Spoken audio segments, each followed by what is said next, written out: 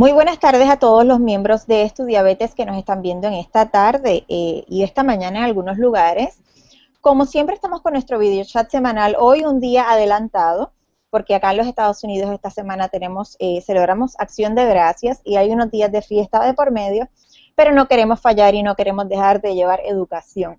Hoy vamos a estar hablando acerca de los medicamentos orales que se utilizan para la diabetes tipo 2. ¿Por qué traemos este tema? Hay muchos medicamentos, hay muchas combinaciones y nosotros queremos que ustedes como comunidad estén educados y sepan qué es lo que hace cada una de esas pastillas que se toman. Para eso hoy tenemos a Wendy Bencomo. Wendy es mexicana, es educadora en diabetes, nutrióloga y es docente de investigación en nutrición y coordinadora de la maestría en tratamiento integral de la obesidad y del síndrome metabólico. Queremos agradecerle a Wendy porque tan pronto le hicimos el acercamiento para presentar este tema. Ella dijo con muchísimo gusto voy a estar aquí. Wendy, ¿me escuchas ahora? Me está escribiendo que perdió el audio, así que si me da un segundito. Wendy, déjame saber si me escuchas.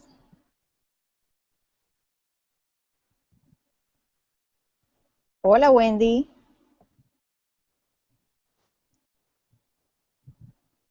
Hola, hola, ¿me escuchas?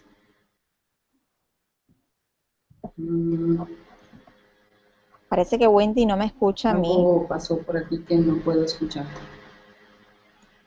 Le quisiera preguntar a Marta que está en el video chat. Marta, ¿tú me escuchas? Por favor, déjame saber Bueno, en la, voy a a través del chat. usar esto, a ver. Así que ya vamos a comenzar. Wendy nos va a estar presentando este tema a través de unas presentaciones que ella creó para tratar de ¿Me escuchas? explicarnos de la mejor manera. ¿Tú me escuchas, Wendy? No, sigo sin escuchar. Mm, Ok, vamos a ver. Estoy esperando que alguien, alguno de los miembros de la comunidad me diga. Empiezo de nuevo.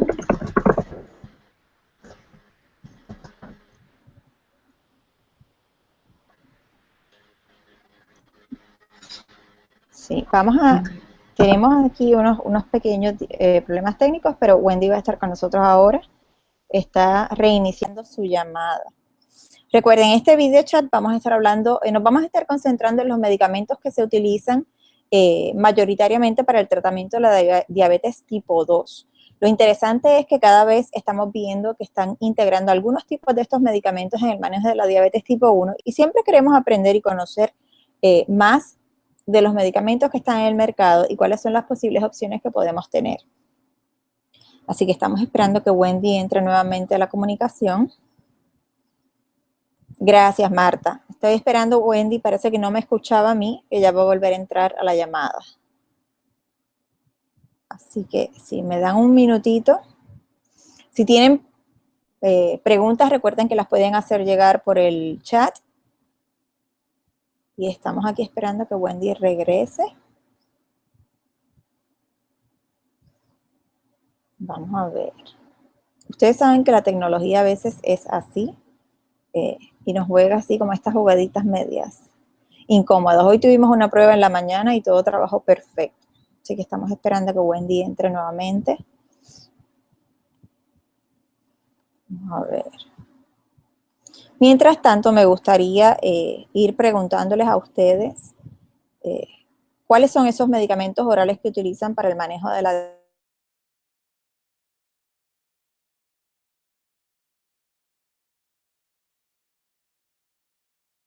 diabetes. Y abramos la sesión de preguntas, puedan hacerle las preguntas a Wendy. Ella es educadora en diabetes, no es médico, pero ella conoce muy bien lo que es todos estos tratamientos. Estamos esperando aquí a Wendy.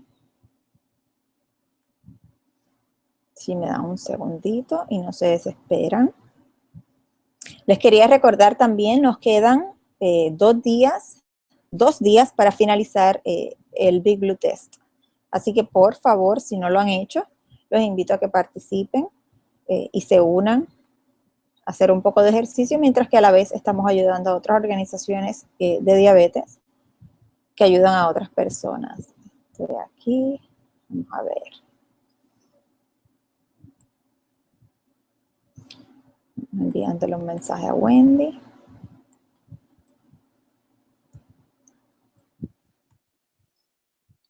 A ver.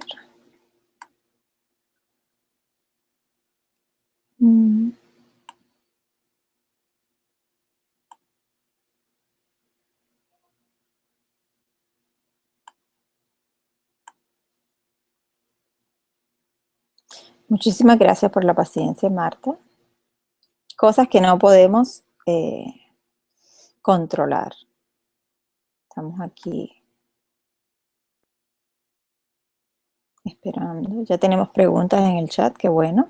Ok, veo que Wendy ya se unió nuevamente. Vamos a ver. Wendy, ¿me escuchas ahora? Wendy, ¿me escuchas? Ya te escucho. Es que creo que tenía unos problemitas con Safari. Ok. Y ya estoy en mejor. Bueno, ya te di la bienvenida. Ya tenemos algunas preguntas en nuestro chat. Si quieres dar unas palabras antes de comenzar. Y luego la palabra es tuya. Claro, claro. Muchísimas gracias por la invitación. Pues estamos aquí para hablar de medicamentos. Espero que cumpla con sus expectativas y cualquier duda espero poder también contestarlas. Perfecto. Bueno, Wendy va a estar compartiendo su pantalla y nos va a estar hablando acerca de los medicamentos con una presentación. Así que, Wendy, cuando gustes puedes comenzar a compartir la pantalla. Perfecto. Vamos a activar aquí la pantalla. Lo que quisiera más o menos comentar, ¿sí me escuchan? Ana, sí. Antes de... ¿Sí me escuchan bien? Sí, te escuchamos. Perfecto. Pues nada más quisiera como adentrarme un poquito al tema de los medicamentos y ni siquiera la llamé medicamentos como tal. Básicamente es cuando el cuerpo, a ver, vamos a dar un minutito nada más para ver si lo podemos abrir.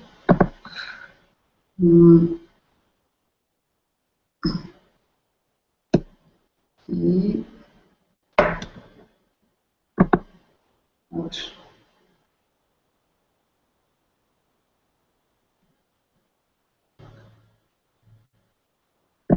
Quisiera saber primero si la alcanzan a ver.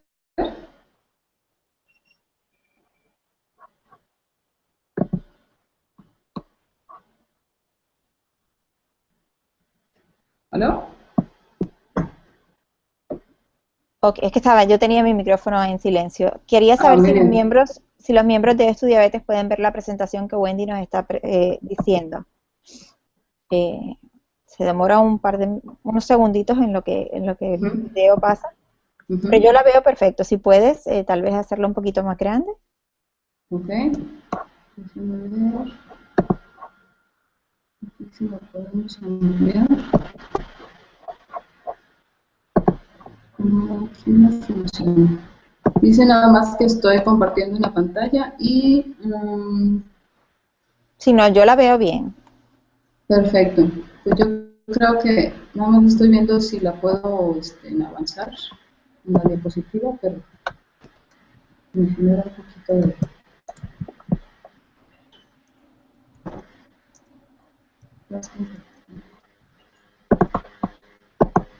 Es que no le puedo dar a avanzar y en esto le voy a detener otra vez, porque hace rato sí pudimos, pero lo más importante que queremos resaltar en el tema de los medicamentos es que, como lo tenemos que ver, es que el cuerpo por sí mismo no es posible de desarrollar muchas funciones, y con base en eso es que la industria de los fármacos ha diseñado toda una serie de alternativas para poder asegurar, pues de alguna manera simular este efecto en el organismo, ¿no? De hecho, pues la presentación la llamé cuando el cuerpo experto necesita una ayuda extra, ¿sí?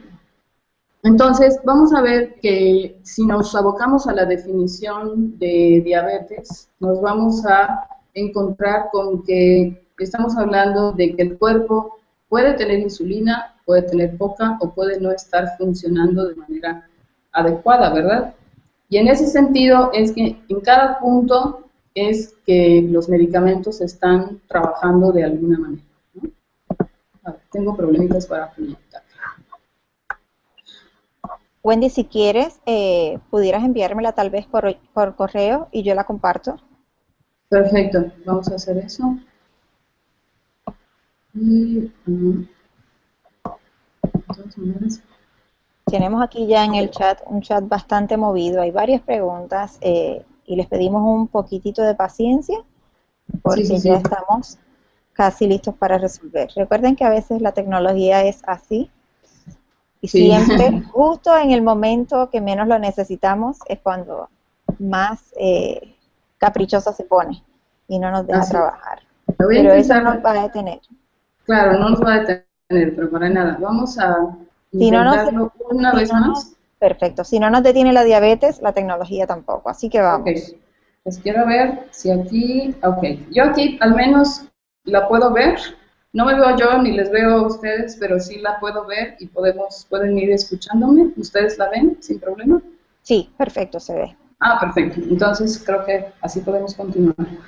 Bueno, entonces les decía que en cuanto a los fármacos para la diabetes, pues hablamos de que es una ayudadita extra que el cuerpo necesita para que pueda desarrollar todas sus funciones, ¿verdad? Y si nos abocamos a lo que es la definición de diabetes según la IDF, vamos a ir resaltando algunas palabras bien interesantes, ¿no? La diabetes sabemos que es una afección crónica que se desencadena cuando el organismo pierde su capacidad de producir suficiente insulina o de utilizarla con eficacia. Todos estos conceptos los resalto porque ahorita vamos a ver y distinguir qué pasa con los medicamentos. La insulina es una hormona que se fabrica en el páncreas y que permite que la glucosa de los alimentos pase a las células del organismo, en donde se convierte en energía para que funcionen los músculos y los tejidos. Como resultado, una persona con diabetes no absorbe la glucosa adecuadamente, de modo que ésta queda circulando en la sangre, que se conoce como hiperglucemia, y dañando los tejidos con el paso del tiempo. Entonces, siempre es importante retomar la definición de la diabetes porque con base precisamente en esta definición es que se generan los medicamentos, que tratan de actuar en cada punto de estas alteraciones que de alguna manera lo que hacen es que puedan mejorar la condición del paciente. Entonces, vamos a ir puntualizando y vamos a poner como entre paréntesis todo lo que sucede en términos de medicamentos. Siempre tomado de la definición, repetimos entonces, la diabetes es una afección crónica, por lo tanto, y esto tiene que quedar muy claro, es que los medicamentos difícilmente se interrumpen. ¿Qué es lo que hacemos en algunas ocasiones? Pues cambiar de prescripción o cambiar dependiendo de las generaciones de medicamentos o dependiendo de la falta de acción o en un momento dado de la novedad que podamos tener en el caso de la generación de medicamentos. También podemos decir que en el caso de la diabetes pues se desencadena cuando el organismo pierde su capacidad de producir insulina o suficiente insulina, por lo tanto hay que inyectarla. Y por otro lado, esta eficiencia también puede ser disminuida y necesitamos algún medicamento para optimizar la insulina. Después tenemos que la insulina es una hormona que se fabrica en el páncreas, por lo tanto va a ser el páncreas el principal órgano al que se dirigen los medicamentos, pero también hemos visto que hay otros sitios de acción en donde funciona órganos blancos, también les llamamos, que van a hacer que haya una regulación de la glucosa. De ahí que la glucosa en los alimentos pasa a las células del organismo, entonces podemos tener también medicamentos que pueden reducir la absorción. Esta glucosa pasa a convertirse en energía propiamente y hace que funcionen los músculos y tejidos. Entonces, vemos aquí que páncreas, músculos y tejidos van a ser órganos blancos de los medicamentos que van a poder servir para sensibilizarlos hacia la insulina que se pueda producir. Como resultado, una persona con diabetes no absorbe la glucosa adecuadamente y se manifiesta como una hiperglucemia. Y tenemos otra generación u otra familia de medicamentos que lo que hace es bajar la glucosa en sangre. Y también tenemos que pueden haber complicaciones asociadas a la diabetes y esto va a conllevar a tener medicamentos que ataquen pues, estas complicaciones o otras enfermedades asociadas a la diabetes. Partiendo de eso, creo yo que esta es la mejor imagen que la tenemos desde el 2009 por un investigador muy famoso de Fronso, que trata de explicar por qué tenemos hiperglucemia, esto es, los niveles altos de glucosa. Y de hecho esto le ha llamado como un octeto de amenazas, podríamos decirlo así, porque son las causantes de alguna manera de que tengamos una glucosa elevada. Cabe señalar que nuestro cuerpo está diseñado para producir glucosa, porque sabemos que la glucosa es la fuente de energía principal para nuestro cerebro y por lo tanto estamos hechos para vivir, ¿no? Pero esta glucosa, en términos, cuando está elevada por supuesto, produce ciertos daños. Pero entonces esta supervivencia nos ha llevado a que nuestros órganos puedan desarrollar glucosa de cualquier manera. Entonces, hemos descubierto, ¿no? Bueno, los investigadores, ya me estoy incluyendo en ellos, pero han descubierto que la hiperglucemia está causada por 8 factores principales, ¿no? Que podemos enumerar de esa manera. Por un lado, tenemos el sistema nervioso, que lo que hace básicamente es generar sustancias que nos aumentan el apetito y que por lo tanto hacen que tengamos esa percepción de sabores o esa percepción de alimentos y que pudiera hacer que nuestro páncreas produzca insulina y que al mismo tiempo también podamos producir ciertas cantidades de glucosa, que esto es cuando estamos propiamente pensando en el alimento, por ejemplo, podemos estar generando un poquito de glucosa en nuestra sangre. Por otro lado, el tejido adiposo, cuando sufre una lipólisis o un desdoblamiento, sabemos que la estructura del tejido adiposo también puede hacer que podamos producir un poco de glucosa. Esto es con fines propiamente de supervivencia. No sabemos que cuando tenemos niveles de glucosa muy altos empezamos a buscar formas de hacer glucosa, que esto se llama en términos bioquímicos como gluconeogénesis. Antes de continuar, quisiera de que si en algún momento hay alguna pregunta o cuestionamiento, por favor me indiquen, y también me indiquen si me dejan de escuchar. Wendy, ¿no has cambiado tu primera diapositiva? Quería preguntarte. Sí, ya la cambiamos. Estamos en una imagen de... No la vemos, vemos solamente la primera. Ok. Entonces, vamos a tratar de ver...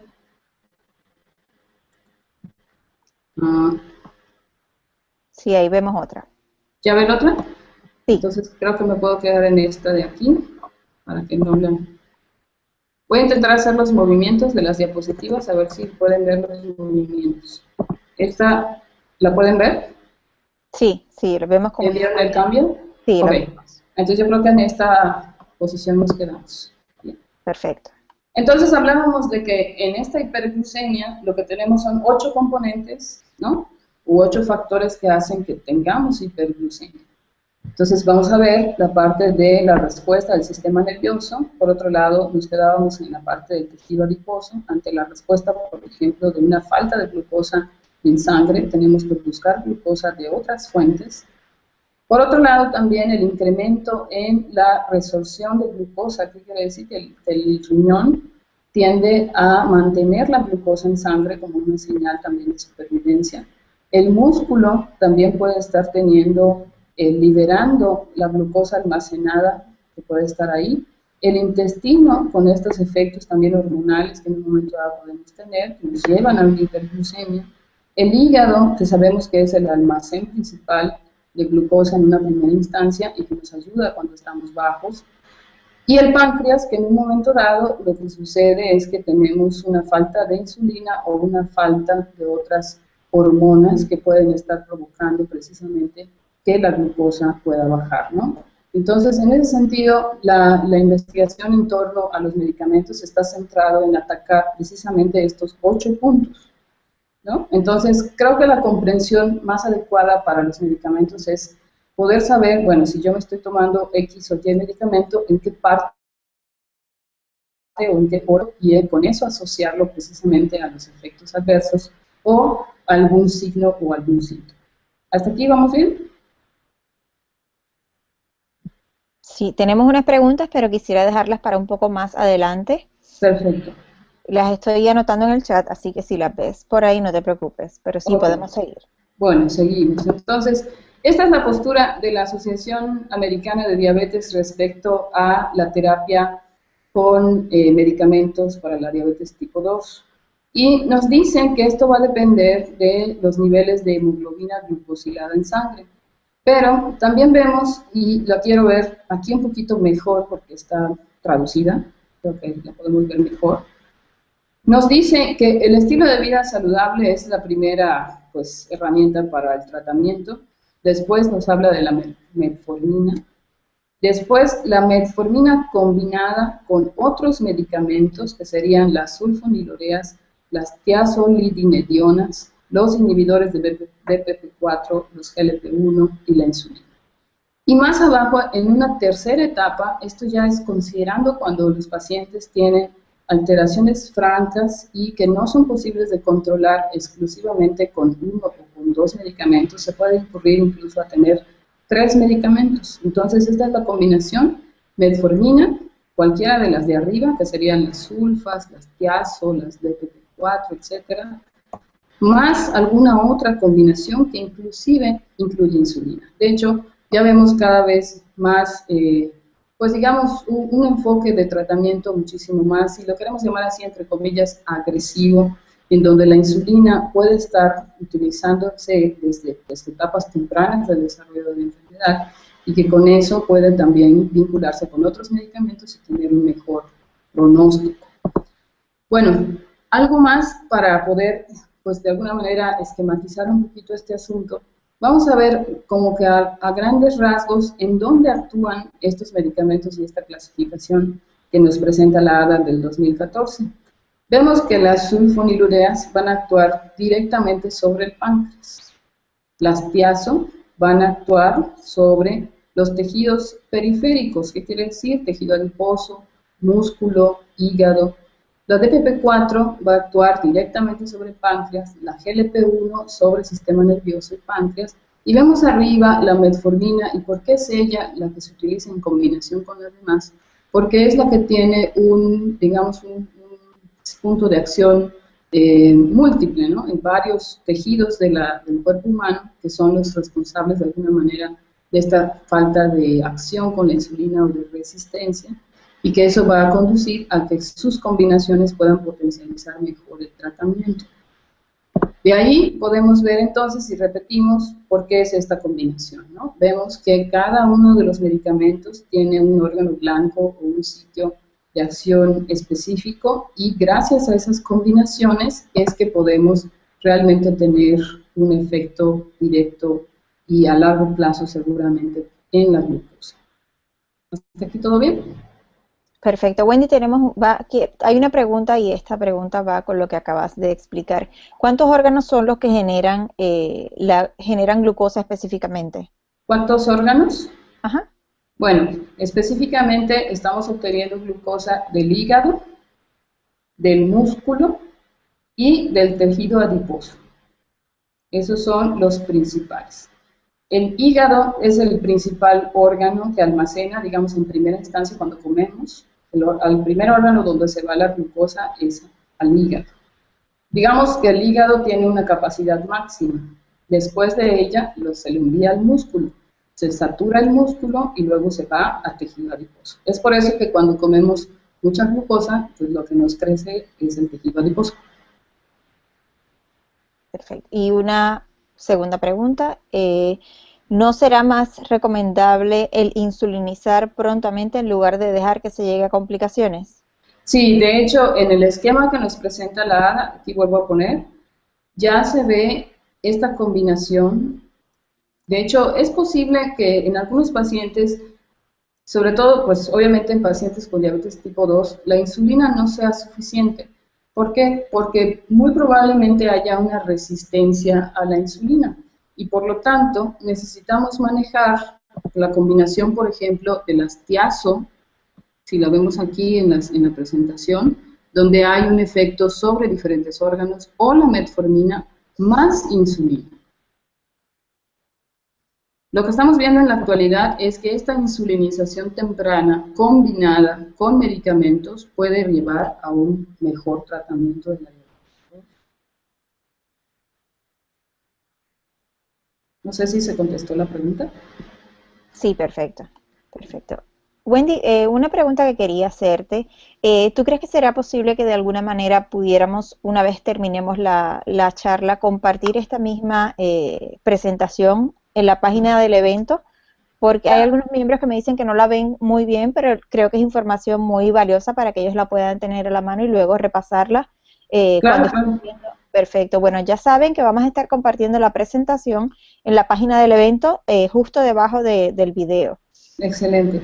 Me parece Bueno, muy bien, por supuesto, sin ningún problema. perfecto. Seguimos. Muy bien, entonces, en este esquema de tratamientos que nos presenta la ADA, que es lo más actualizado que yo he podido encontrar, pues de alguna manera nos confirma estas posturas de que si la insulinización temprana es adecuada y pues toda esta generación novedosa en cuanto a medicamentos, pues de qué forma realmente las podemos utilizar, ¿no? Pero aquí, pues, digo, lo curioso en este tema de los medicamentos es que a veces los nombres son muy extraños y eso nos limita mucho a veces el comprender el funcionamiento de cada uno de ellos, ¿no? Pero sí quisiera hacer como un repaso, ¿no? Entonces, vamos a ver. Tenemos como primera etapa en el tratamiento de la diabetes, estamos hablando de un estilo de vida saludable, ¿sí? Además del estilo de vida saludable, esto hay que verlo así, además del estilo de vida saludable, si tenemos datos de alteraciones en la glucosa, iniciamos con metformina. Si además con la metformina no es suficiente, puede hacer metformina más cualquiera de estos 5 elementos que tenemos disponibles, sulfas, tiazos, DPP4, GLP-1 e insulina. Y si aún así no es suficiente, dados los datos sobre todo de la hemoglobina glucosilada, tenemos que incorporar alguna otra combinación. Entonces, esto es lo que en resumidas cuentas se maneja en cuanto a medicamentos. Ahora, ¿qué pasa si vamos analizando cada uno de los grupos de medicamentos o familias de medicamentos que tenemos disponibles? ¿Qué pasa con respecto a la eficacia, ¿no? Entonces, podemos ver que la metformina ha sido probada en múltiples estudios y sabemos que es eficaz y que incluso sus combinaciones pueden ser eficaces. Entonces, vamos a ver ahora las otras familias de medicamentos. Entonces, vemos que en las sulfonilureas tenemos una eficacia alta, en las tiazo también, en las DPP4 intermedia, pero cuando se combinan con metformina puede ser alta también. La GLP-1 es alta y sabemos que la insulina basal en pacientes con diabetes tipo 2 es muy alta. ¿Qué pasa con la hipoglucemia? Tenemos riesgos en algunos moderados, en algunos altos. Sin embargo, podemos ver que realmente el riesgo de hipoglucemia con medicamentos es muy reducido. Esto sí requiere obviamente de un entrenamiento para el uso de los medicamentos, pero realmente el riesgo no es tan alto. El peso, en algunos casos puede haber ganancia, puede haber pérdida. Sabemos que con la metformina se ha relacionado con una pérdida más que con una ganancia. Con las sulfas, una ganancia. Con las tiazos, una ganancia. Con los DPP4 es neutral. Con los GLP-1 hay una pérdida y una ganancia. Si caben dudas sobre los tipos de medicamentos, ahorita vamos a ver algunos detalles sobre algunas sustancias activas, ¿no? Efectos secundarios, hipoglucemia podríamos tener con las sulfas, las tiazo, edema, con las DPP4 es raro, con los GLP-1 son problemas gastrointestinales, que también cabe resaltar que con la metformina también se asocian problemas gastrointestinales, inflamación, flatulencias, etc. Y con la insulina, pues sabemos de antemano que puede haber un riesgo de hipoglucemia. ¿Qué pasa con el costo? Sabemos que las sulfas son de un costo relativamente bajo. Aquí es donde está la famosa glibenclamida, ¿no? Que se ha usado por muchos años en los servicios públicos, que se sigue usando incluso. En las tiazo es alto el costo, en las DPP4 es alto, en las GLP-1 es alto. Entonces, ¿cuál es la tendencia? Los más nuevos son más caros que los más viejos. Este es el punto de análisis principal que podría dar en relación a esta clasificación. Después de esto vamos a ver esta situación glosada en cuanto al funcionamiento y también viendo algunos ejemplos. Vemos inhibidores de la alfa-glucosidasa, que es la famosísima acarbosa que se ha utilizado por muchos años, que incluso todavía se sigue utilizando, que lo que hace aquí la carbosa es únicamente bloquear el almidón o el desdoblamiento o hacerlo un poquito más lento. Y esto va a ser, sabemos que el almidón es un hidrato de carbono complejo, que tiene que dividirse en partes para convertirse en glucosa, y entonces lo que hace este medicamento es bloquear precisamente la digestibilidad del almidón. Entonces vamos a poder tener de manera un poquito más atrasada la absorción de la glucosa de los alimentos. Después tenemos a las biguanidas, que en este caso es la famosísima metformina, que de hecho el nombre más reciente que le han dado es un euglucémico.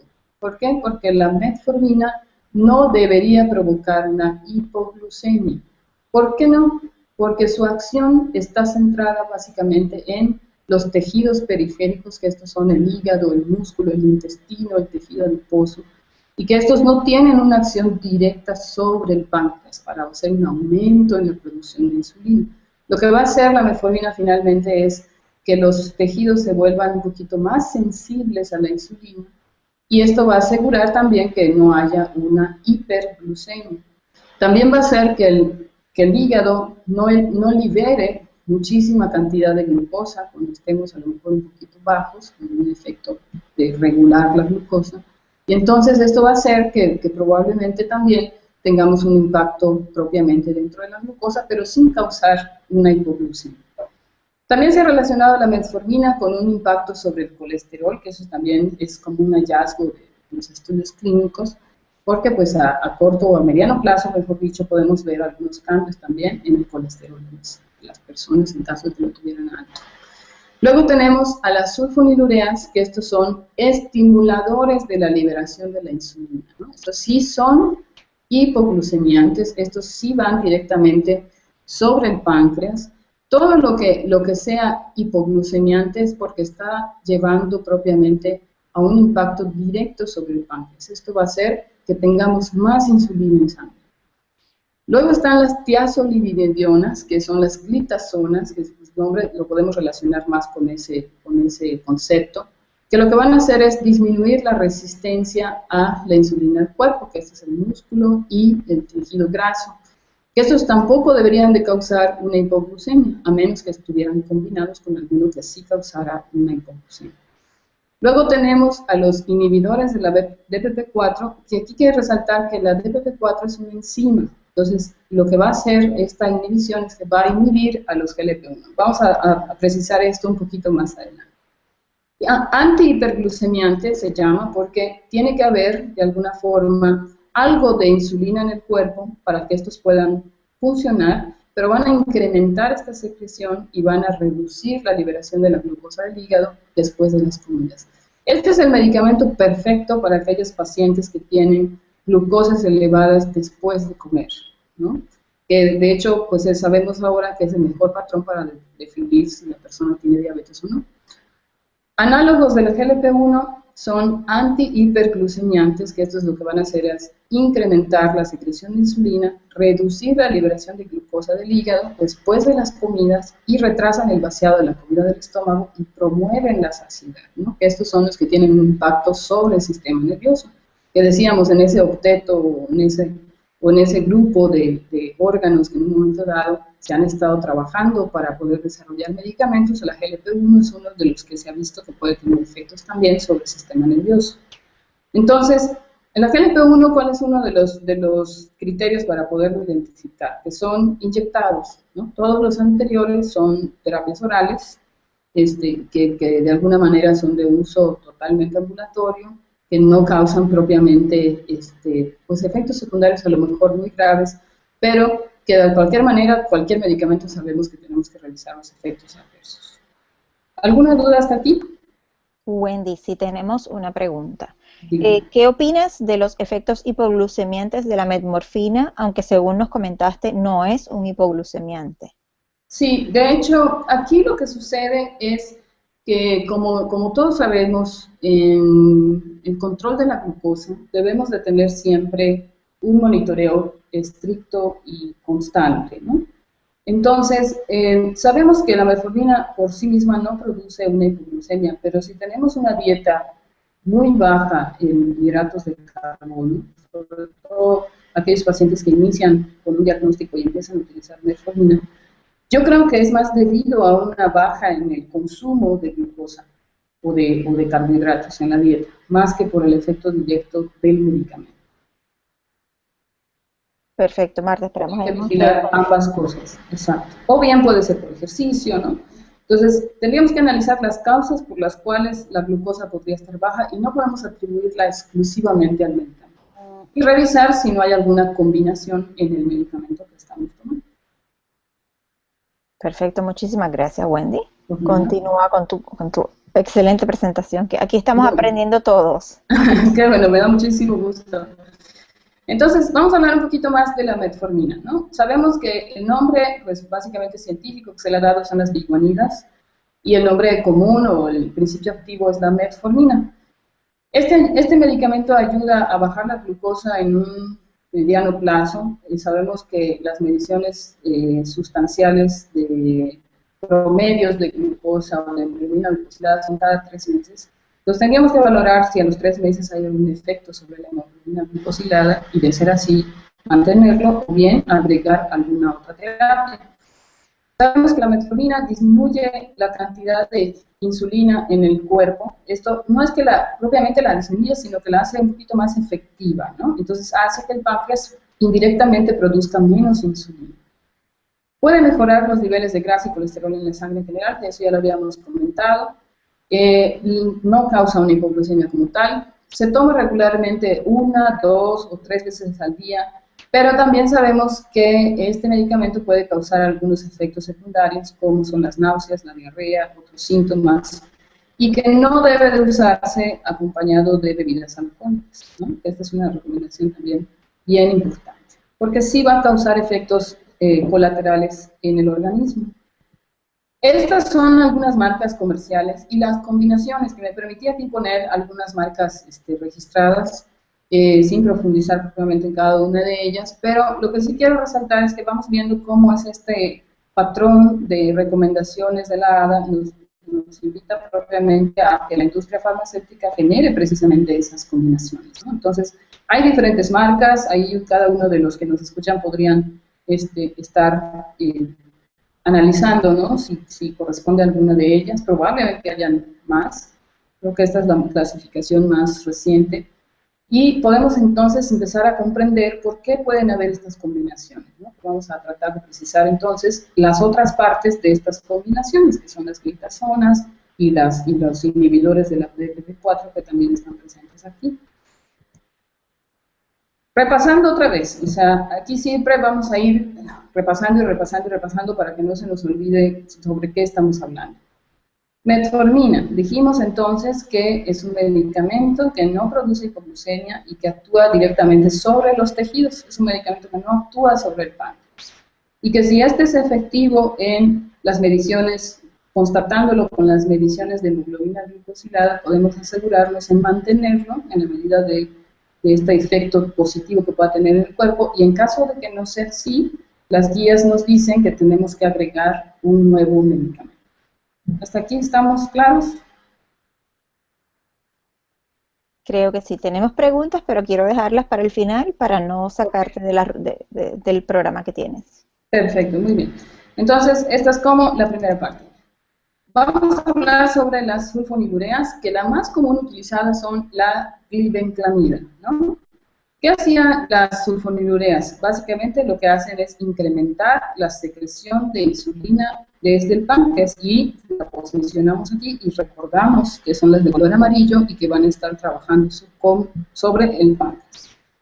¿Qué hace la sulfonilurea? Ayuda al páncreas a producir más insulina, ¿sí? Ayuda al cuerpo a utilizar la insulina que produce. Entonces, si está estimulando la producción de insulina, entonces ¿es o no es un hipoglucemiante? En este caso sí lo es, porque siempre que tengamos insulina en el cuerpo vamos a tener un efecto hipoglucemiante. Prácticamente este medicamento se recomienda también cuando se sabe que el cuerpo puede producir insulina, evidentemente. Entonces, en los casos de pacientes con diabetes tipo 1 no es posible utilizar sulfonilureas, porque sabemos que no hay una producción, pero en el caso de los pacientes con diabetes tipo 2 sí es posible utilizarla. Los nombres genéricos para algunas de las sulfonilureas son glibenclamida, la más popular, glimetilida, glidurida, clorpropamida y glipizida. Algunos de ustedes podrían tener consigo los medicamentos y analizar si están tomando algún tipo de sulfonilurea. Estas prácticamente trabajan todo el día y más o menos pues se sabe que la prescripción la estamos ofreciendo una vez al día, puede tener un funcionamiento prácticamente todo el día. Algunas otras se toman 2 veces al día, ahorita vamos a ver un poquito de los tiempos. Y también hay que analizar en estos casos también cómo está la función hepática y sobre todo la función renal, perdón. Entonces vamos a ver aquí que hay los de la primera generación y los de la segunda generación. ¿De qué depende una generación y otra? Básicamente son los metabolitos que la industria farmacéutica utiliza para poderlos generar y el impacto que tiene dentro del sistema del cuerpo humano. Entonces vemos aquí la tolbutamida y la clorpropamida, que vemos que hay un impacto en el primer caso de duración de 12 horas y en la otra hasta 72 horas. Eso va a determinar la frecuencia en la que uno tiene que tomar sus medicamentos, ¿no? Por eso hay que hacerle mucho caso a la dosificación o a la prescripción que el médico nos da, porque en estos ciclos es como debemos de tomarlas en función, obviamente, de cómo esté respondiendo en nuestros niveles de glucosa. Este medicamento se va a eliminar de la función renal, principalmente la tolbutamida, y la segunda, el mayor porcentaje va a ser una eliminación hepática. ¿Qué quiere decir? Nuestro hígado es el que se va a encargar de metabolizarlo. Por lo tanto, para cuando uno prescribe, los médicos prescriben este tipo de medicamentos, tienen que analizar con mayor detalle el funcionamiento hepático. Lo más probable es que nos manden a hacer algunas pruebas de función hepática para descartar, por ejemplo, hígado graso o una hepatitis o algún otro tipo de enfermedad del hígado, porque en ese caso estarían proscritos este tipo de medicamentos. Tenemos a la glimepirida y a la glibenclamida. La glimepirida la puse yo aquí en segunda generación, aunque algunos autores dicen que es de tercera generación, es de los más nuevos en cuanto a las sulfonilureas, y la glibenclamida, que es de uso popular. Entonces vemos que en el caso de la glimepirida tiene más o menos una eliminación del 50-50 entre el riñón y el hígado. Entonces tenemos que evaluar también función renal para poderla recomendar, y tiene una duración de 28 horas máximo, entonces esta se toma una vez al día. En el caso de la glibenclamida también es una vez al día y la eliminación es muy parecida, prácticamente es un 50% en el riñón y un 50% en el hígado. Es por eso que todos los pacientes con diabetes que toman medicamentos tienen que hacerse análisis de las pruebas de función renal y las pruebas de función hepática para poder asegurarse que están metabolizando bien los medicamentos o que en un momento dado no les está causando más daño. Hasta ahí, sulfonilureas, y volvemos a repasar. Estas van a producir van a hacer que el páncreas produzca un poquito más de insulina y sí va a tener un efecto hipoglucémico. ¿Vamos bien? Perfecto. Wendy, tengo una pregunta, un comentario más bien, y va relacionado con lo que estabas explicando ahora acerca de algunos efectos o las personas quienes no deben utilizar ciertos medicamentos. Y es Sí. un comentario que dice: mi mamá era diabética tipo 2 y tomaba glibenclamida, pero le dio Sí, cirrosis hepática. Según el sí. médico fue por los medicamentos. ¿Por qué sucede eso? Bueno, el hígado de entrada, habría que analizar cuál es la causa específica de la cirrosis, porque pudo haber sido por un hígado graso. ¿Qué esto quiere decir? ¿Cuándo podemos saber si tenemos hígado graso? Cuando hay alteraciones consistentes en los triglicéridos. Entonces, si esta persona tenía datos de triglicéridos altos y además el medicamento y además otros medicamentos, casi todos los medicamentos se metabolizan en el hígado. Y la cirrosis es derivada de una inflamación constante del hígado. Entonces, en parte sí pudo haber sido por el medicamento, en parte no necesariamente, pero pues bueno, sí está asociado con efectos adversos. Lo que queremos resaltar es lo que acaba de decir Wendy, que es importante que siempre se mantengan al día en sus exámenes rutinarios de todo lo que tenga que ver con la diabetes, desde las pruebas de A1C, pruebas de función de riñón, función de hígado, todo, hasta visión, todo. Queremos cuidarnos completamente, como diríamos, de pies a cabeza. Totalmente de acuerdo. Hacia allá vamos, porque eso va a determinar finalmente el tratamiento más adecuado que pueda garantizarnos una mejor calidad de vida. Bien, Continuamos, Wendy. continuamos entonces con las tiazolidinedionas. Hasta a mí me cuesta un poquito de trabajo mencionar este título de medicamentos. Vamos a dejarlas en tiazos para que sea más fácil. Entonces, vemos que en las tiazos, lo importante aquí, regresando a la figurita, perdón, es que vamos a tener un efecto sensibilizador. Este no va a atacar al páncreas para que produzca insulina. Lo que va a hacer es que los órganos que son sensibles a la insulina, como son el hígado, el músculo y el tejido adiposo, se vayan siendo más amigables a la insulina. Entonces, no va a producir hipoglucemia como tal. Entonces, ¿cuáles son los más conocidos, ¿no? Los existentes, es la pioglitazona y la rosiglitazona. Estos medicamentos hacen más sensibles a la insulina, se toman normalmente una al día y puede ser que la rosi se tome uno o dos, puede ser con o sin comida. Si se toma como el único medicamento para el tratamiento de la diabetes, no causa un descenso muy pronunciado, que es lo que repetíamos en función de la metformina. Si se toman pastillas para el control natal, los medicamentos de este grupo pueden hacer menos efectivas a las pastillas anticonceptivas. Entonces ahí, ojo, para las que son fértiles y usan algún tipo de tiazo. Puede haber la posibilidad de quedar embarazada, ¿no? Esto creo que me pareció un muy buen apunte, porque a lo mejor tendríamos que consultar con el médico, a ver si es la mejor terapia. Viendo entonces la clasificación o los nombres genéricos que tenemos, que son rosiglitazona, ya dijimos de 1 o 2 veces al día, 24 horas al día es su efecto de duración, eso significa que la debemos de usar una vez al día y por lo general pues a la misma hora, y la eliminación es renal en un 5% y hepática en un 95%. De nuevo, aquí es valorar la función hepática para saber si es el mejor medicamento para la diabetes. Lo mismo sucede con la pioglitazona.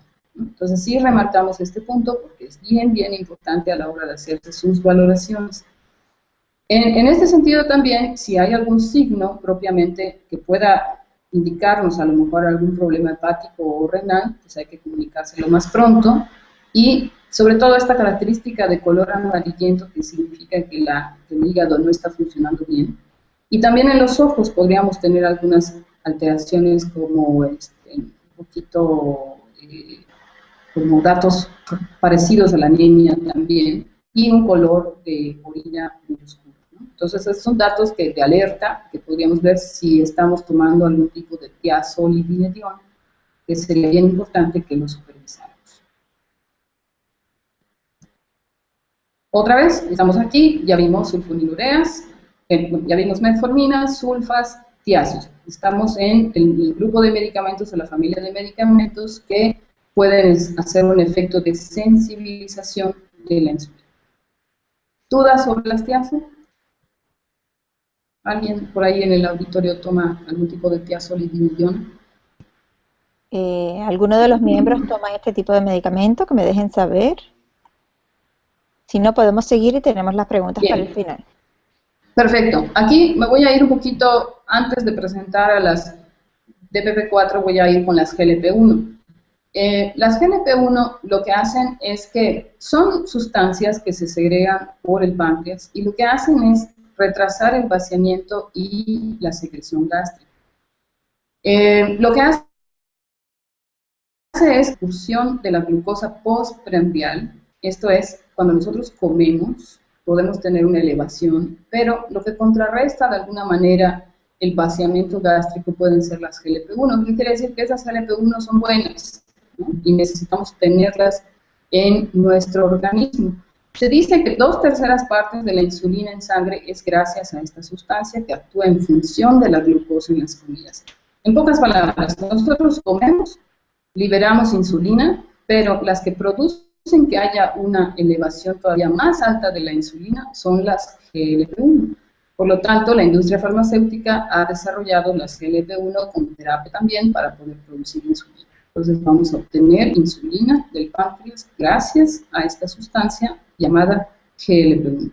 Son las más nuevas en estas familias de medicamentos y las conocemos popularmente como Byetta y Victoza, ¿no? Que estas son inyectadas, que no son de uso tan común. A lo mejor las DPP4 son las más comunes, pero vemos también que puede tener algunos efectos colaterales como náusea, jaqueca, hipoglucemia. También se dice que puede estar asociado a pancreatitis, precisamente porque su órgano blanco es el páncreas. Entonces, aquí, honestamente, esta información sí quiero hacer como una mención ahí, respetar el trabajo propiamente de un médico, que es el mejor encargado en dar información al respecto de la GLP-1. Lo que yo les puedo explicar respecto a la GLP-1 es que lo que se ha visto en los ensayos clínicos es que puede causar pancreatitis, pero habría que ver en un análisis muy crítico en qué sentido realmente produce este tipo de daño, ¿no? Entonces, para las personas del auditorio que usan algún tipo de GLP-1, sí les pido que con su médico aclaren muy bien cuál es su nivel de riesgo de desarrollar pancreatitis, porque puede ser que solo esté relacionado a la persona y no sea una prescripción generalizada, ¿no? O una indicación generalizada de que pudiera desarrollar pancreatitis. Entonces, vemos que en la GLP-1 estamos teniendo un efecto directo sobre el páncreas, pero también se ha descubierto en hallazgos clínicos que puede reducir también el apetito y hacer que nuestro sistema nervioso de alguna manera pueda tener algún tipo de señalamientos hacia nuestras ganas de comer, y con eso mismo también podríamos estar provocando una reducción en la glucosa en sangre. ¿Vamos bien? Seguimos con las DPP-4. Entonces, las DPP-4 es una enzima que lo que hace es destruir a las GLP-1, que ya les mencioné al principio, por eso la puse al principio. Decíamos que la GLP-1 es buena porque hace que produzcamos insulina en respuesta a la comida. Y también se descubrió que la DPP-4 lo que hace es destruir a la GLP-1. Entonces, en este hallazgo médico, en la investigación sobre las famosas incretinas, que este es el área de las incretinas, vemos que la industria farmacéutica lo que hizo fue generar inhibidores de la DPP-4. ¿Qué quiere decir? Que son medicamentos que ayudan a que la GLP-1 no se destruya. Se ha visto que los pacientes con diabetes tienden a tener menores niveles de GLP-1. Entonces, esto es lo que se produce cuando pues, finalmente tenemos una glucemia postprandial elevada. Es muy probable que nuestros GLP-1 sean bajos, que no está produciendo nuestro páncreas por la respuesta de la GLP-1 la cantidad suficiente de glucosa, y entonces la industria farmacéutica lo que hizo fue generar tanto GLP-1 como inhibidores de DPP-4. Entonces, lo que va a hacer y resultar en este sentido es que va a mejorar pues básicamente la glucosa en sangre, y esto va a hacer también que la actividad biológica de las incretinas también esté aumentada. También se sabe que los inhibidores de la DPP-4 pueden tener un efecto sobre el sistema inmunológico. Eso es lo que está a discusión actualmente, porque pues tendríamos que ver si pues no hay, pues a lo mejor en estudios más recientes, algún impacto directo sobre algunas enfermedades que puedan detonarse de carácter inmunológico. ¿Cuáles son los tipos de DPP-4? Pues son la sitagliptina, la saxagliptina y la nitagliptina. Estos son los que se han elaborado como en mayor combinación con la metformina, porque se ha visto precisamente que si atacamos por un lado todo lo que es el sistema a donde la glucosa va a dirigirse, ¿no? Al tejido adiposo, al músculo, al hígado, pero también necesitamos producir insulina, ¿no? Porque a lo mejor la producción es insuficiente, depende de cada caso. Entonces, por un lado, tenemos inhibidores de DPP-4 que van a hacer que la GLP-1 se siga produciendo, y al mismo tiempo vamos a mejorar la sensibilidad a partir de los otros medicamentos en los otros tejidos. Lo que va a hacer entonces que podamos explicarnos por qué si yo tengo diabetes y dependiendo de mis datos de hemoglobina glucosilada o de algunos otros indicadores como monitoreos comunes de glucosa, puedo ver que tengo glucosas alteradas a lo mejor antes de comer o después de comer. Eso es particularmente lo que va a determinar cuál es el tipo de terapia que debo de usar. Adicionalmente a un estilo de vida saludable, a la práctica de ejercicio y a toda la serie de indicaciones que debo de llevar a cabo en función de algunas otras complicaciones probablemente que pudiera tener. En este efecto, entonces, pues sabemos que lo que se ha demostrado es que cuando hay un consumo de glucosa y tenemos esta glucosa en el plasma, la insulina se produce de manera pues, bastante elevada gracias a este efecto de las GLP-1 sobre todo, ¿no? Y a las DPP-4. Por lo tanto, es lo que mencionábamos de que la industria farmacéutica ha encontrado este hallazgo en esta relación del páncreas y el intestino, y por lo tanto lo que hizo fue tratar de generar estos medicamentos para poder tener este impacto directo sobre la glucosa. Entonces, aquí voy a hacer como varios resúmenes, ¿no? El primero es, el hígado lo que va a hacer es, o los medicamentos, perdón, hacer es disminuir la producción de glucosa, que ya vimos que es el principal órgano que almacena la glucosa, sobre todo en las primeras horas después de comer. Y es el órgano que está alerta ante una hipoglucemia o ante una posible hipoglucemia, ¿no? Recordemos que nuestro organismo está hecho para fabricar glucosa. Entonces, hay medicamentos que lo que van a hacer es inhibir precisamente esa acción del hígado de producir glucosa a través de las biguanidas como la metformina, las tiazos o las incretinas.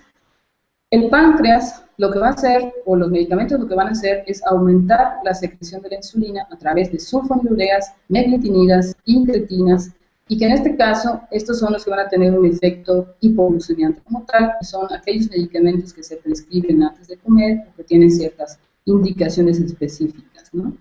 En el tejido adiposo y el músculo vamos a ver que lo que va a hacer es aumentar la captación periférica de glucosa, porque el que responde ante una hipoglucemia no es precisamente el tejido adiposo y músculo, sino que primero que nada es el hígado. Entonces, todos nuestros tejidos periféricos, ¿no? Toda esa grasita que tenemos a lo mejor acumulada en nuestros músculos, tienen que estar preparados para captar precisamente la glucosa, y entonces vamos a tener medicamentos que van a actuar sobre esos tejidos que van a facilitar este proceso.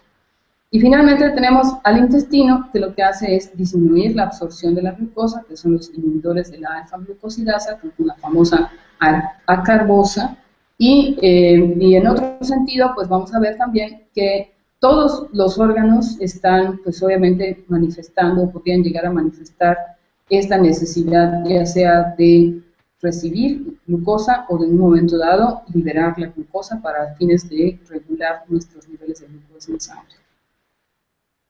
Vamos a ver este caso, que me parece muy interesante, es un caso personal, con su autorización me permití ponerlo para esta presentación. Y quisiera mostrarles nada más lo que sucede cuando tenemos un tratamiento integral y perfectamente bien vigilado con pues, la ayuda de nutriólogos, educadores en diabetes y médicos endocrinólogos, ¿verdad? Entonces, este es un paciente, hombre de 38 años, que en 4 meses pudimos ver un impacto interesantísimo en su tratamiento y que incluyó precisamente, si lo vemos así, pues varios factores. Uno es el monitoreo constante de su glucosa. Por otro lado, la hemoglobina glucosilada. Después, el tratamiento médico que se aplicó en este caso. El conteo de carbohidratos, que decíamos, o podríamos pensar que el conteo de carbohidratos solo aplica para pacientes con diabetes tipo 1, pero yo creo, y insisto en que no es verdad, creo que ya todos deberíamos de hacer conteo de carbohidratos, y el ejercicio. Entonces, viendo un poquito aquí el esquema, vemos que en la semana 1, el paciente fue diagnosticado con 350 miligramos en ayunos. Esto no es un dato de postprandial, sino que es ayuno. Y lo que recibió en este sentido de tratamiento fue básicamente una dieta que contenía 80 gramos. Algunas guías nos dicen que en términos de carbohidratos debiéramos de consumir no menos de 130. Esto quiero aclarar que fue un tratamiento intensificado con una supervigilancia con el paciente, y nos atrevimos a dar este tipo de gramaje en cuanto a hidratos de carbono porque teníamos la conciencia y sabíamos que el paciente tenía la habilidad primero de contarlos y de avisarnos en caso de que manifestara algún signo. Sin embargo, dada su resistencia a la insulina y dado a que no tenía ningún medicamento, pues nuestro argumento fue que pues tenía glucosa en sangre, entonces si comía más carbohidratos estábamos provocando un aumento todavía mayor de su glucosa.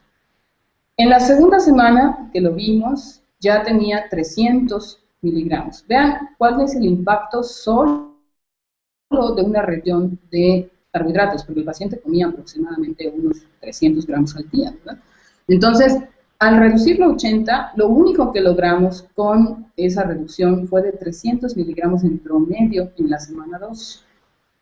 Después el medicamento prescribió Hanumet, y si recordamos, aquí todos los derechos reservados para la marca, perdón, pero este es un medicamento combinado, este es metformina y sitagliptina, que si lo recordamos es metformina, que es el de base, y la sitagliptina, que es un inhibidor de la DPP4. Entonces, tenemos un medicamento combinado. Además, recibió dieta de 80 gramos y logramos una reducción en la tercera semana en promedio de 250. Continuó con el mismo tratamiento y medimos en la tercera semana precisamente la hemoglobina glucosilada, tenía 14%. Durante el siguiente mes, que son 4 semanas prácticamente, vamos viendo cómo la glucosa se va reduciendo. Entonces, en el mes 2, semana 4, la glucosa promedio en ayuno ya había bajado a 80 miligramos. Entonces, pero también, conforme fue reduciéndose, fuimos aumentando los gramos de carbohidratos hasta llegar a su requerimiento. Entonces, tenemos en la semana 4 del mes 2, 80 miligramos de glucosa y 140 gramos de hidratos de carbono con medicamento y sin ejercicio. Pero en la semana 3 le estuvimos, pues obviamente, incitando al paciente para que hiciera algún tipo de ejercicio y que pudiéramos en algún momento dado, pues, garantizar una reducción de la hemoglobina glucosilada lo más pronto posible. Entonces vimos que el promedio de la glucosa en la semana 4 del mes 3 la mantuvimos en 100, cuya cifra es perfecta. La hemoglobina glucosilada bajó hasta 6.1%. Mantuvimos el medicamento, los hidratos de carbono aumentaron a 180 gramos y ya hacía 3 semanas de ejercicio, ¿no? En la actualidad, este paciente ya lleva más de un año en tratamiento, tiene una hemoglobina glucosilada de 6.2, 6.3 aproximadamente, con unos promedios de glucosa en ayuno. Además, pues se redujo la consistencia en el monitoreo porque ya veíamos que tenía una cifra de glucosa bastante normal. De hecho, pues ustedes saben que en los análisis de laboratorio incluso dice paciente sin diabetes prácticamente, pero sigue usando el medicamento, sigue manteniendo la hemoglobina glucosilada normal, no tiene hipoglucemias, al final hace un muy buen conteo de carbohidratos y come la cantidad suficiente o requerida de hidratos de carbono que necesita, y con eso podemos asegurar que tiene una excelente calidad de vida y hemos estado, pues, esperamos que podamos reducir propiamente todas las complicaciones que en un momento dado hubiera podido desarrollar, ¿no? El ejercicio lo sigue haciendo.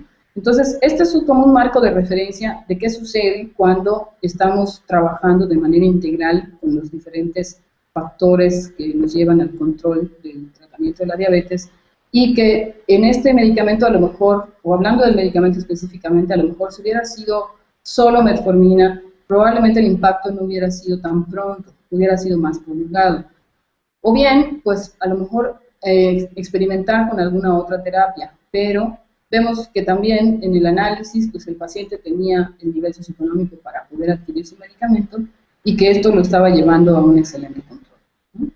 Entonces, esto es como que una enseñanza que nos ha dejado el manejo de los medicamentos y que pues puede verse, ¿no?, que evidentemente si hay un tratamiento consistente y supervisado, podemos tener un muy buen control de la diabetes. ¿Alguna duda hasta acá? Tenemos algunas preguntas y ya las haremos al final, pero me parece que este caso es increíble y me gusta muchísimo cómo has incluido la parte de la actividad física, Claro. porque es una de las cosas que siempre estamos motivando a la comunidad que la haga, Claro. a que haga algún tipo de caminata, que bailen. Queremos que se muevan para que ayuden también a su glucosa a mantenerse dentro de los rangos que queremos. Así es. De hecho, si lo queremos ver así, el ejercicio funciona como si fuera un medicamento, ¿no? O sea, está haciendo que los tejidos sean más sensibles a la insulina, está haciendo que perdamos a lo mejor esa grasa acumulada que nos está haciendo que requiramos cada día más insulina y que a lo mejor nuestro páncreas ya no es capaz de producirla, ¿no? Entonces es un medicamento natural, si lo queremos ver así.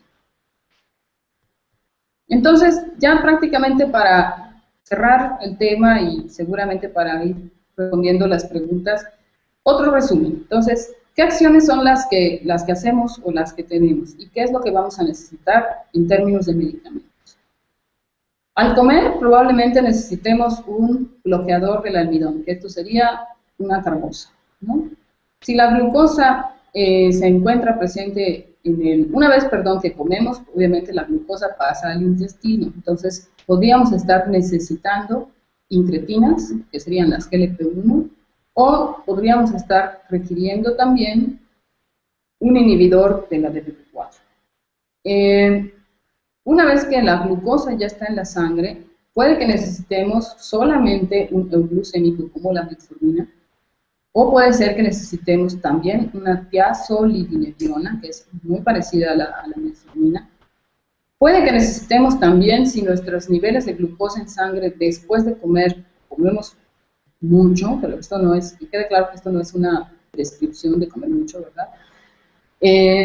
Puede que necesitemos un hipoglucemiante como una sulfonilurea. Ya sabemos que lo que hace es aumentar la insulina que produce el páncreas. Pero también puede que necesitemos adicionalmente un anti-hiperglucemiante como son los inhibidores o la GLP. Y si hay resistencia a la insulina, que es el caso de los pacientes que llevan mucho tiempo con diabetes y que podemos ver a lo mejor una ganancia o una dificultad para perder peso, y que esto se presenta también con una alteración en la glucosa, pueden necesitar metformina y o tiazolidinediona, ¿no? Entonces, en el tema de los medicamentos, el comprender, pues a lo mejor, dependiendo de cuál estoy usando, pues está directamente relacionado con lo que el cuerpo necesita, ¿no? O con la función que el cuerpo ya no es capaz de desarrollar. Por eso la charla la titulamos, pues es un cuerpo capaz, ¿no? Pero que a lo mejor necesita una ayuda extra. Y que en este sentido van a ser los medicamentos los que van a garantizar que podamos tener ese efecto o simular esa naturalidad con la que pudiéramos desarrollar, ¿no? Entonces, esto es lo que en términos de medicamentos existe, esto es en lo que a mí respecta la revisión que se realizó para este tema, y que de repente cuando al menos yo veo esta imagen puede ser como muy escandalosa, ¿no? Y ver cuántos medicamentos son los que en un momento se pueden, pero pues existen para diferentes funciones, para diferentes sujetos, dependiendo de su estado de salud, dependiendo de las complicaciones, dependiendo de la glucosa, de la hemoglobina glucosilada, etcétera, etcétera, etcétera. Entonces, pero lo que sí me gustaría que quedara súper claro es que al final de cuentas son herramientas para el cuidado y lo acabamos de ver a propósito de un caso, ¿no? Que es posible, al hacer la integralidad de todos los factores para el tratamiento, es posible tener un muy buen control de la diabetes. Hasta aquí es lo que yo tengo preparado para ustedes en términos de la presentación, y pues obviamente estamos para responder las dudas o los comentarios. Wendy, muchísimas gracias porque la verdad que nos has explicado de manera bastante sencilla cómo entender esto, y te soy muy honesta, todavía me cuesta muchísimo pronunciar todos esos nombres y todos los nombres genéricos y todo. Pero vamos a comenzar con las preguntas. Wendy, ¿cómo crees que cuán efectivos son los hipoglucemiantes que hay en el mercado hoy día? ¿Qué tan efectivos? Yo creo, como las mismas guías... Oh, perdón. ¿Sigo ahí? Te escuchamos, pero no te veo. Ahora. Ah, perdón. ¿Ya me ven? Sí. Ok. Pues yo creo que todos son efectivos en la medida que se utilicen de acuerdo a cada paciente, ¿no? Y también de acuerdo a los tiempos de acción y específicamente hacia la prescripción y la dosificación que estos medicamentos ofrecen, con una vigilancia muy apegada. Y me refiero a vigilancia en términos muy estrictos al monitoreo. Pues el uso adecuado del glucómetro permite que pueda, pues, un paciente darse cuenta si su terapia está funcionando, ¿no? Y algo muy importante es que no le podemos echar la culpa exclusivamente al medicamento. Pero es cierto también que un medicamento muy bien utilizado, como lo vimos en el caso, puede representar un impacto súper significativo en el control de la glucosa. A eso a mí me gustaría añadirle que recuerden que no tenemos medicamentos mágicos, que ellos por sí solos van a trabajar. Estos tratamientos requieren que nosotros como persona con diabetes tomemos parte de nuestra responsabilidad y en un trabajo conjunto, entonces sí vamos a ver una mejoría. Pero recuerden que no es decir, ay, me voy a tomar mi pastilla, pero me voy a comer un pastel así de grande. Es que seamos Así es. responsables y trabajemos a la par con lo que nos recomienda nuestro médico y nuestro nutriólogo. Perfecto. Segunda pregunta, ¿qué opinas, esta ya te la dije, ¿qué opinas acerca de las personas que la metmorfina sin hipoglucemiantes le causa hipoglucemias? ¿Qué opciones qué cambios pueden hacer para evitar entonces que les ocurra eso? Bueno, en el caso de la metformina, yo creo que aquí lo importante es que pues se analice principalmente cuál es la causa de la hipoglucemia, porque si de antemano ya sabemos que la metformina no está relacionada propiamente con esa hipoglucemia, tiene que haber alguna otra causa, ¿no? Entonces, en algunos casos, lo que podemos ver en el caso de las hipoglucemias, uno es el consumo de hidratos de carbono que puede ser muy bajo. Por otro lado, puede ser algunos defectos también con otro tipo de hormonas. Ahí ya no me atrevería a decir específicamente cuáles, porque a veces el hecho de dar más nombres también, lo que yo he notado con algunos pacientes es que también el exceso de información puede ser muy malo, ¿no? Entonces recurrir a buscar información que a lo mejor no nos puede orientar.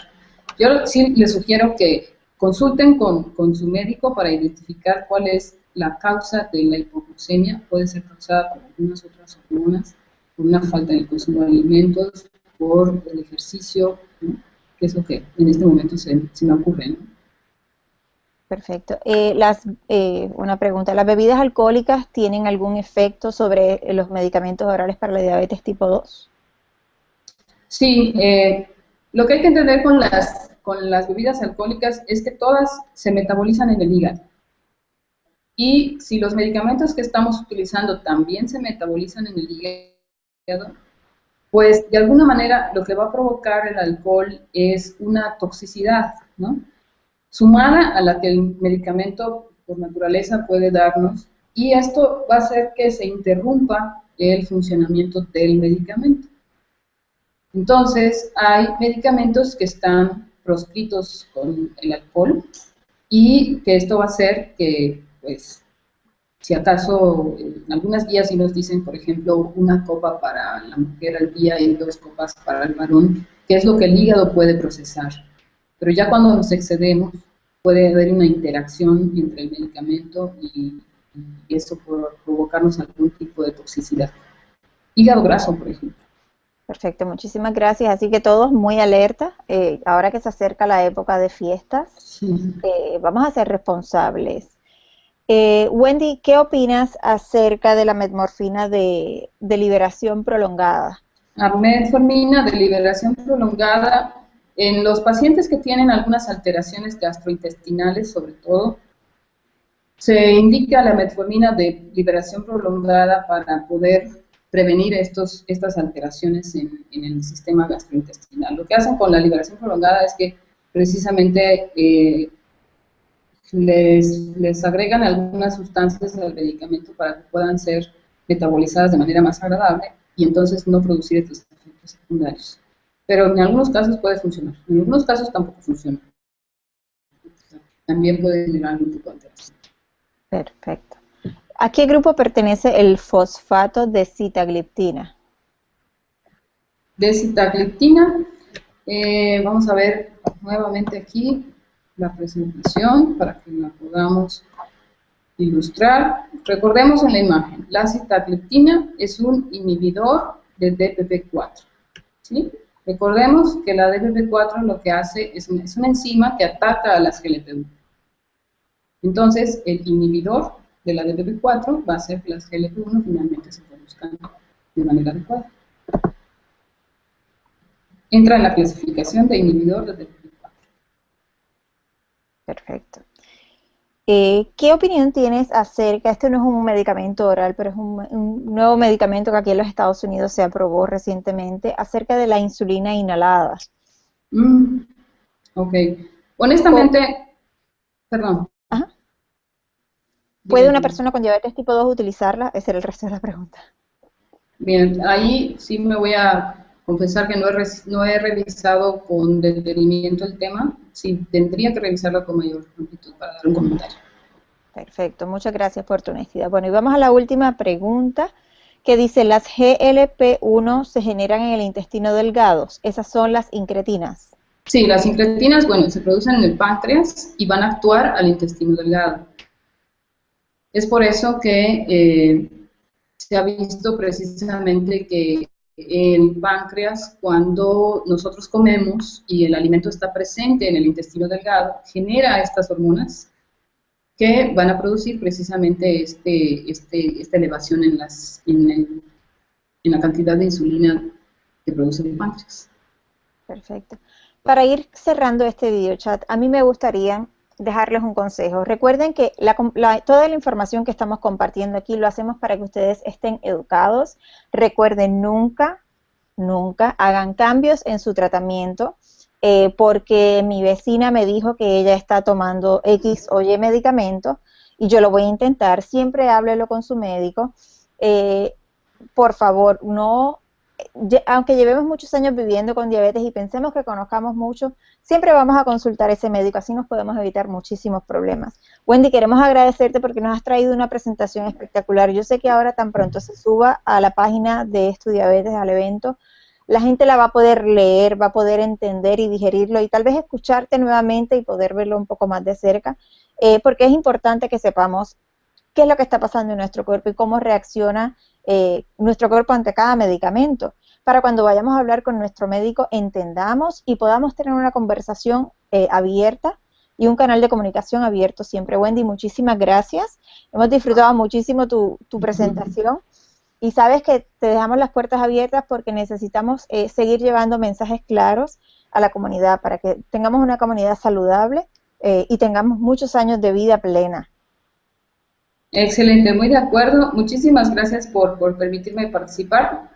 Y sí quiero también agregar un poquito acerca de qué es lo que sucede, por ejemplo, en los sistemas públicos, muchas veces de salud, que se prescribe el medicamento, que eso también es algo que es bien importante, porque se ha asociado que la gran mayoría de los pacientes que presentan complicaciones, aun y cuando en algunos servicios de salud les puedan dar algún medicamento, la falta de adherencia al medicamento es lo que más impacta en su aparición de enfermedades adicionales a la diabetes, ¿no? A las complicaciones de la diabetes. Entonces, si hay una prescripción y ustedes conocen cómo trabaja ese medicamento en su cuerpo y están de acuerdo en esa prescripción, porque también hay que llevar a los pacientes a ese nivel, ¿no? Que estén de acuerdo en llevar a cabo un tratamiento X o Y, conociendo de antemano cuáles son todas las posibilidades que pueda tener. Entonces, si dentro de las posibilidades está de acuerdo en el medicamento que está tomando y tiene el medicamento, porque también hemos visto que en los servicios de salud pública mucha gente también tiene una prescripción, la recibe, se la lleva a tu casa, pero en casa caducan los medicamentos, ¿no? Entonces hay una falta de adherencia a los medicamentos y que esto va a hacer que te puedan aparecer enfermedades crónicas. Ya vimos con el ejemplo del caso que esta adherencia al tratamiento hace que el nivel de hemoglobina glucosilada pueda reducirse de manera significativa en corto tiempo y que eso nos está salvando de tener estas complicaciones, ¿no? Entonces sí me parece que pudiéramos tener ese grado de conciencia, ¿no? De también optimizar, porque los medicamentos también son caros y hay que optimizarlos. Creo que hacia allá también va un poquito el mensaje. Y pues muchísimas gracias y pues estamos a la orden para cuando requieran lo que les pueda servir, con mucho gusto. Perfecto. Bueno, a todos los miembros de Estudiabetes les deseamos una excelente semana. Recuerden, todavía estamos participando del Big Blue Test y como muy bien nos explicó Wendy, la actividad física hace una diferencia. Y no solamente va a hacer una diferencia en tu salud, sino que vas a hacer posible las donaciones a otras organizaciones de diabetes. Así que todo el mundo se compromete conmigo que va a salir a caminar, se va a medir su glucosa, van a hacer la actividad física y luego van a la página del bigbluetest.org diagonal ES, ahí está todo en español, lo hemos hecho para nuestra comunidad hispana y nos dan esas participaciones. Muchísimas gracias, Wendy, a todos que tengan una excelente semana.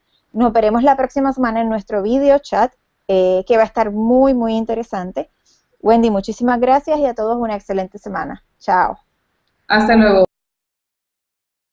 La llamé cuando el cuerpo experto necesita una ayuda extra. ¿Sí? Entonces, vamos a ver que si nos abocamos a la definición de diabetes, nos vamos a encontrar con que estamos hablando de que el cuerpo puede tener insulina, puede tener poca o puede no estar funcionando de manera adecuada, ¿verdad? Y en ese sentido es que en cada punto es que los medicamentos están trabajando de alguna manera, ¿no? A ver, tengo problemitas para proyectar. Wendy, si quieres, pudieras enviármela tal vez por correo y yo la comparto. Perfecto, vamos a hacer eso. Y, de todas maneras, Tenemos aquí ya en el chat un chat bastante movido, hay varias preguntas y les pedimos un poquitito de paciencia porque sí. ya estamos casi listos para resolver. Recuerden que a veces la tecnología es así y Sí. siempre, justo en el momento que menos lo necesitamos, es cuando más caprichosa se pone y no nos deja Así. trabajar. Lo voy a Pero eso intentar. no nos va a detener. Claro, no nos va a detener, pero para nada. Vamos a Si no nos, intentarlo una si vez no nos, más. perfecto. Si no nos detiene la diabetes, la tecnología tampoco. Así que Ok, vamos. pues quiero ver si aquí, ok, yo aquí al menos la puedo ver, no me veo yo ni les veo a ustedes, pero sí la puedo ver y pueden ir escuchándome, ¿ustedes la ven sin problema? Sí, perfecto, se ve. Ah, perfecto, entonces creo que así podemos continuar. Bueno, entonces les decía que en cuanto a los fármacos para la diabetes, pues hablamos de que es una ayudadita extra que el cuerpo necesita para que pueda desarrollar todas sus funciones, ¿verdad? Y si nos abocamos a lo que es la definición de diabetes según la IDF, vamos a ir resaltando algunas palabras bien interesantes, ¿no? La diabetes sabemos que es una afección crónica que se desencadena cuando el organismo pierde su capacidad de producir suficiente insulina o de utilizarla con eficacia. Todos estos conceptos los resalto porque ahorita vamos a ver y distinguir qué pasa con los medicamentos. La insulina es una hormona que se fabrica en el páncreas.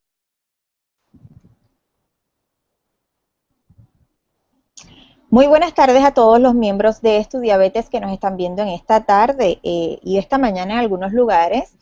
Como siempre estamos con nuestro video chat semanal, hoy un día adelantado, porque acá en los Estados Unidos esta semana celebramos Acción de Gracias y hay unos días de fiesta de por medio, pero no queremos fallar y no queremos dejar de llevar educación.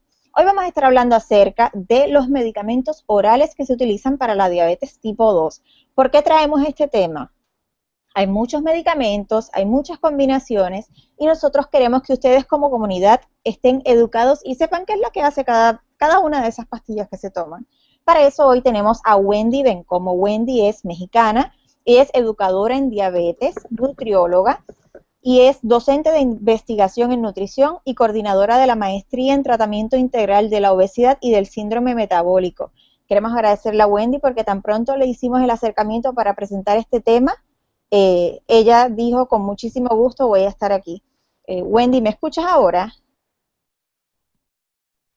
Me está escribiendo que perdió el audio, así que si me da un segundito. Wendy, déjame saber si me escuchas.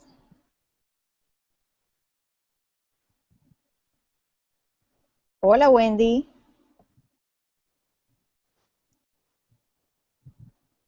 Hola, hola, ¿me escuchas?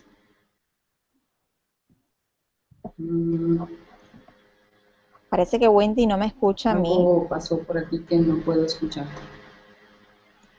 Le quisiera preguntar a Marta que está en el video chat. Marta, ¿tú me escuchas? Por favor, déjame saber Bueno. en la, Voy a través del chat. a usar esto, a ver.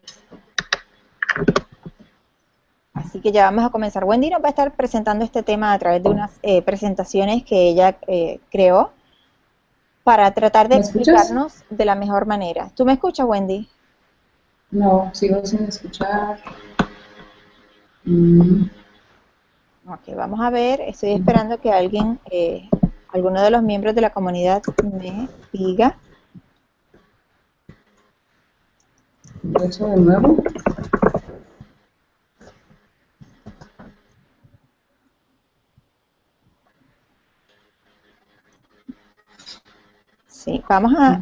Tenemos aquí unos pequeños problemas técnicos, pero Wendy va a estar con nosotros ahora.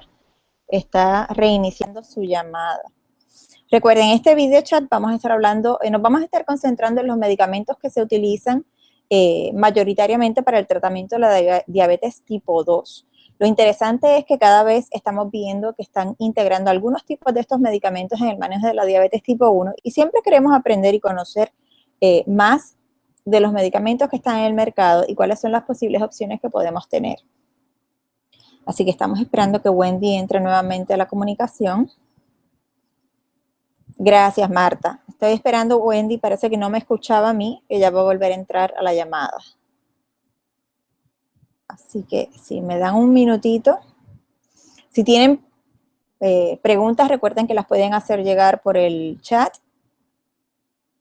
Y estamos aquí esperando que Wendy regrese. Vamos a ver. Ustedes saben que la tecnología a veces es así.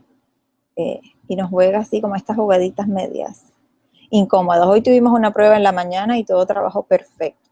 Así que estamos esperando que Wendy entre nuevamente. Vamos a ver. Mientras tanto, me gustaría ir preguntándoles a ustedes cuáles son esos medicamentos orales que utilizan para el manejo de la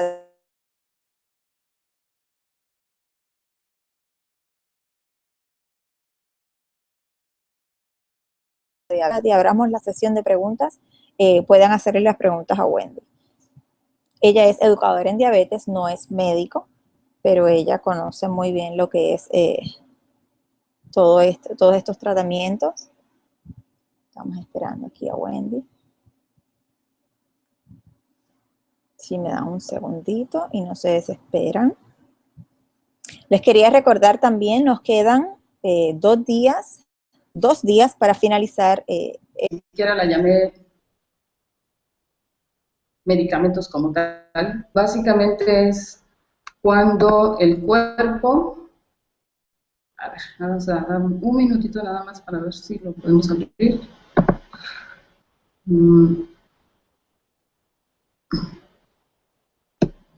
Y a ver.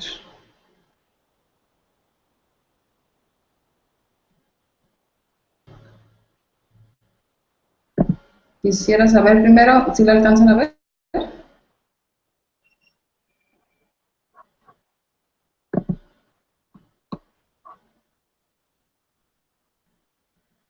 ¿Aló?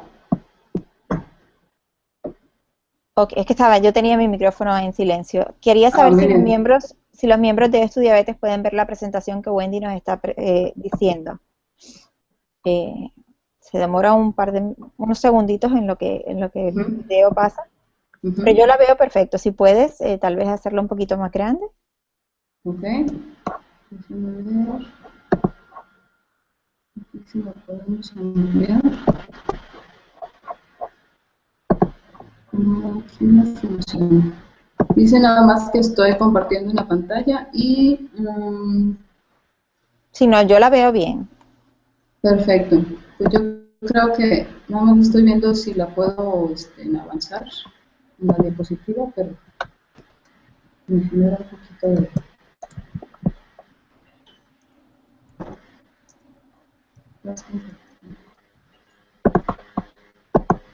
Es que no le puedo dar a avanzar y en esto le voy a detener otra vez, porque hace rato sí pudimos, pero lo más importante que queremos resaltar en el tema de los medicamentos es que, como lo tenemos que ver, es que el cuerpo por sí mismo no es posible de desarrollar muchas funciones, y con base en eso es que la industria de los fármacos ha diseñado toda una serie de alternativas para poder asegurar, pues de alguna manera simular este efecto en el organismo, ¿no? De hecho, pues la presentación. El Big Blue Test.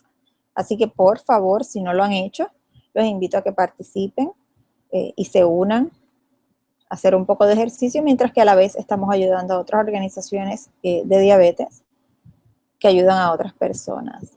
Estoy aquí, vamos a ver.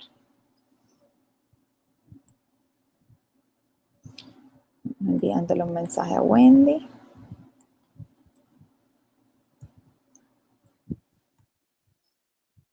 A ver.